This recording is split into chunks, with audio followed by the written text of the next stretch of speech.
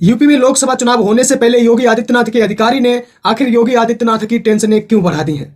अखिलेश यादव ने यूपी लोकसभा चुनाव को लेकर बड़ा ऐलान किया है और वो सीधे सीधे योगी को टक्कर देते हुए नजर आ रहे हैं। वहीं पर बसपा सुप्रीमो मायावती तेलंगाना में जीतती हुई नजर आ रही हैं और ओपिनियन पोल में आपको तेलंगाना का बताऊंगा। नमस्कार दोस्तों, मैं पवन पेरियार और आप देख रहे हैं पीएल बहुजन आवाज। बने रहिए मेरे साथ बहुजन समाज से जुड़ी हुई खबरें पाने के लिए। साथियों, आज हम इन 4 विषयों पर विस्तार से आपको जानकारी दूंगा। पहले तो आपको लेकर चलता हूं तेलंगाना में बहुजन समाज पार्टी जीत कर आती है तो कहीं ना कहीं वहां के स्थानीय पार्टी को बहुत बड़ा झटका लगेगा। इस समय बहुजन समाज पार्टी की सुप्रीमो मायावती तेलंगाना में अपनी रैलियां कर रही है आरएस प्रवीण के समर्थन में। आरएस प्रवीण जो कि एक आईपीएस अधिकारी थे, लेकिन उन्होंने आईपीएस अधिकारी की नौकरी छोड़कर राजनीति में कदम रखा है, जो कि दलित समाज के बहुत बड़े मसीहा बनकर उभरते हैं और इस समय वो बहुत ही जनता के घनिष्ठ बीच में जाकर अपने चुनाव प्रचार करते हैं। उन्हें पता था कि सत्ता की चाबी से मैं जनता की और बेहतरीन तरीके से सेवा कर सकता हूं, इसीलिए उन्होंने बहुजन समाज पार्टी का दामन पकड़ा था। बहुजन समाज पार्टी तेलंगाना में जीतती हुई नजर आ रही है।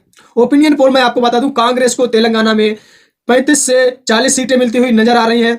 वहीं पर भाजपा को 2 से 3 सीटें तेलंगाना में मिलती हुई नजर आ रही हैं। वहीं पर तेलंगाना की जो स्थानीय पार्टी है बीआरएस, उसको 30 से 65 सीटें मिलती हुई नजर आ रही हैं।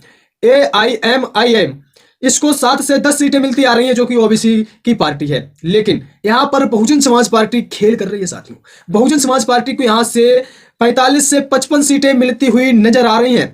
बहुजन समाज पार्टी सुप्रीमो मायावती लगातार यहां पर मजबूत से चुनाव लड़ रहे हैं और मुख्यमंत्री आरएस प्रवीण को बनाई गई बहुजन समाज पार्टी। अब आपको लेकर चलता हूं कि आखिर योगी आदित्यनाथ के अधिकारी योगी आदित्यनाथ की टेंशनें क्यों बढ़ाते, किस प्रकार से योगी आदित्यनाथ की लोकसभा चुनाव में टेंशनें बढ़ती हुई नजर आ रही हैं और योगी आदित्यनाथ को एक चुनौती बनकर उभरने वाला है एक योगी आदित्यनाथ का ही बहुत संबंधी और घनिष्ठ नेता आईपीएस अधिकारी सुलखान सिंह, जिन्होंने योगी आदित्यनाथ की टेंशनें बढ़ा के रख दी हैं। लोकसभा चुनाव होने से पहले ही योगी आदित्यनाथ सत्ता छोड़ने के लिए भी मजबूर हो सकते हैं, इस प्रकार का आईपीएस अधिकारी ने बयान दिया है। हालांकि इस बात को पहले बीजेपी के नेता भी कहते थे, लेकिन सत्ता में आने के बाद उन्होंने इस बात पर कोई गौर नहीं किया। सत्ता की चाबी मिलने के बाद कौन इन छोटी मोटी बातों पर गौर करता है। यूपी लोकसभा चुनाव से पहले नए राजनीतिक दल की एंट्री योगी के करीबी ने बढ़ाई बीजेपी की टेंशन कि सुलखान सिंह राज्य के बीजेपी रहे हैं और उन्होंने एक राजनीतिक पार्टी बनाने का ऐलान कर दिया है। राजनीतिक पार्टी वो किस मकसद से बनाएंगे, वो मकसद मैं आपको बता देता हूं। राजनीतिक पार्टी वो इसलिए बनाएंगे कि यूपी के 2 खंड किए जाएं। वो यूपी के 2 खंड की बात करते हैं। हालांकि बीजेपी के नेता भी इस बात का पहले समर्थन करते थे, लेकिन सत्ता में आने के बाद उन्होंने इस बात को इग्नोर कर दिया। कौन कौन से राज्य होंगे यूपी के बुंदेलखंड में?